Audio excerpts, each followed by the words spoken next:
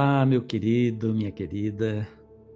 Muito bom estar com vocês mais uma vez para mais um torpedo aqui para o seu coração. Nosso projeto Torpedo 365.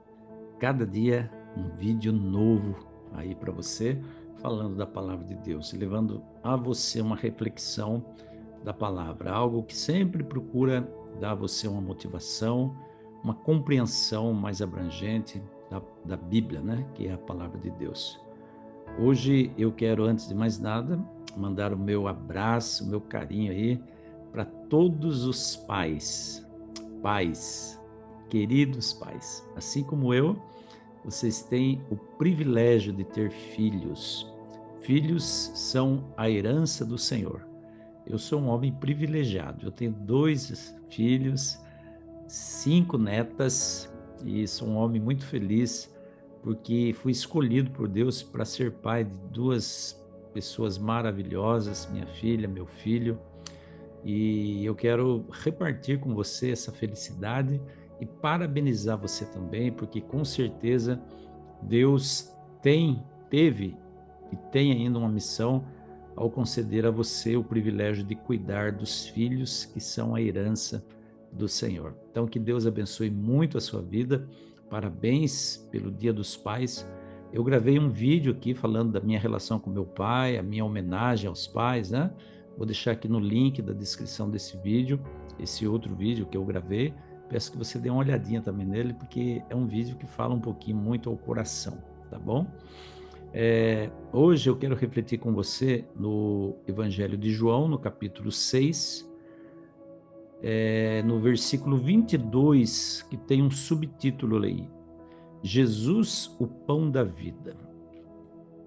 No dia seguinte, a multidão que ficara no outro lado do mar notou que ali não havia senão um pequeno barco e que Jesus não embarcara nele com seus discípulos, tendo esses partido sós.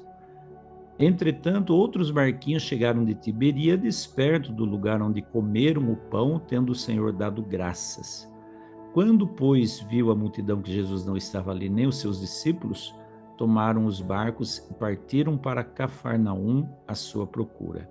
Quando eles encontraram Jesus, Jesus disse assim no versículo 26: Vocês me procuram não porque vocês viram sinais, mas porque vocês comeram dos pães e se saciaram.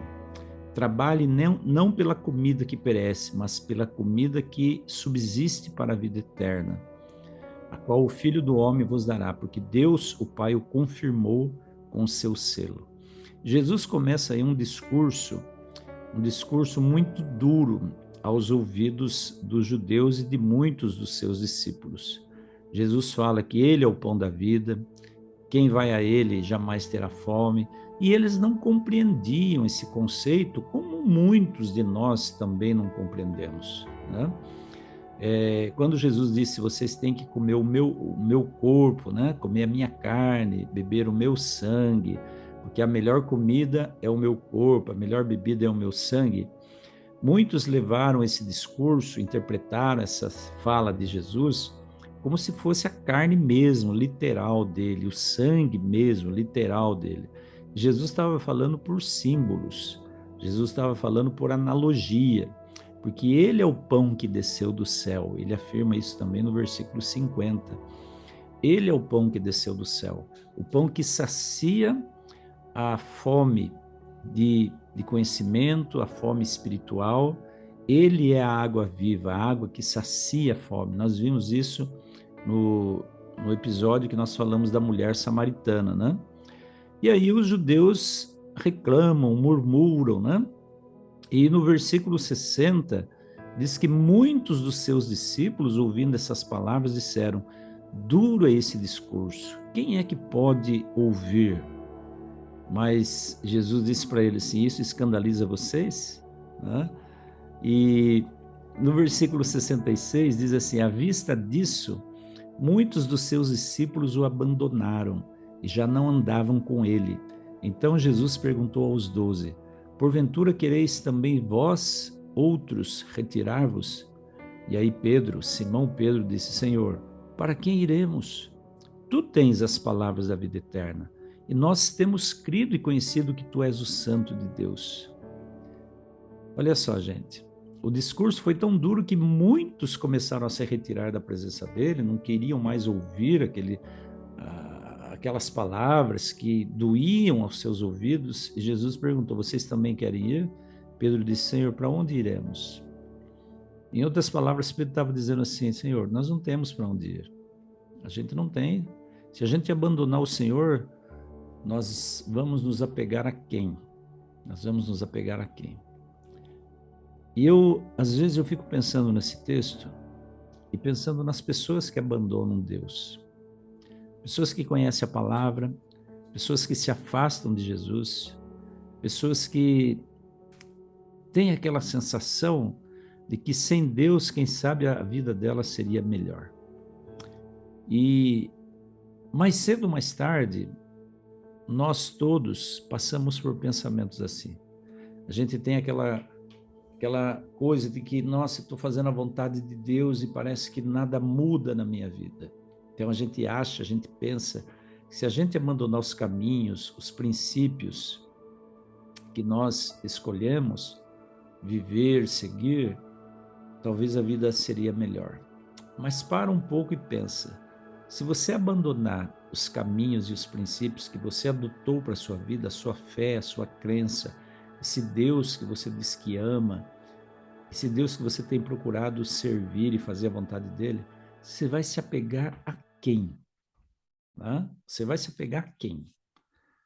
Se você abandonar Deus, que é esperança, você vai se apegar a que tipo de esperança na sua vida?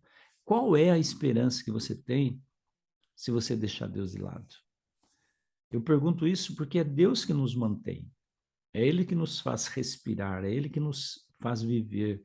Cada manhã, quando eu acordo, eu lembro que eu estou vivo, e se eu estou vivo, é pela misericórdia de Deus. Não tem outro jeito, né? Não tem outro jeito. Nós respiramos, nós vivemos, nós trabalhamos, nós temos saúde. Na doença, nós nos apegamos a Ele. No desespero, nos apegamos a Ele. Então, não tem outro caminho. Se nós abandonarmos Jesus, nós vamos para onde? Vamos nos apegar a quem? Toda e qualquer outra esperança, ela é vazia, ela é vã. Porque Ele é o caminho, Ele é a verdade, Ele é a vida. Ele é a vida porque a vida é inerente a Ele. Se apegar a Jesus significa se apegar à própria vida. Então, não temos para onde ir. Então, a nossa esperança é a mesma que de Pedro, expressada aqui nessas palavras: Senhor, para onde vamos? Para onde vamos? Se nós deixarmos o Senhor, nós vamos nos apegar a quê? A quem? Para um pouco para pensar. Eu não sei como é a sua vida, não sei como foi até aqui, como está sendo hoje, mas o que pautou a sua vida até agora? Qual a esperança que você teve no seu coração até agora? A sua vida foi melhor com Deus? Está sendo melhor com Deus ou foi melhor sem Deus? Para refletir sobre isso, tá? Tudo que você tem, que você é, Paulo, o apóstolo, ele diz: nele nós vivemos, nele nos movemos e nele existimos. A coisa mais estúpida que alguém pode fazer é achar que pode viver sem Deus, porque Deus é quem nos mantém em sua infinita bondade e misericórdia. Então, que você aproveite o dia de hoje para dar graças a Deus pelo que Deus tem proporcionado a você. Deus tem te dado uma família, Deus tem te dado força, Deus tem te dado coragem para superar as dificuldades da vida, e sem Ele, a gente não é nada, tá bom? Para onde iremos, Senhor? Só Tu tens as palavras de vida eterna. Que essa seja também a sua frase para hoje. Para onde eu vou, Pai? Não tem aonde ir. Se eu me desligar de Ti, eu estou me desligando da vida. Para pensar nisso, tá bom? Forte abraço para você. Amanhã eu volto com mais um torpedo aqui para a sua vida e para o seu coração. Fica com Deus. Tchau, tchau.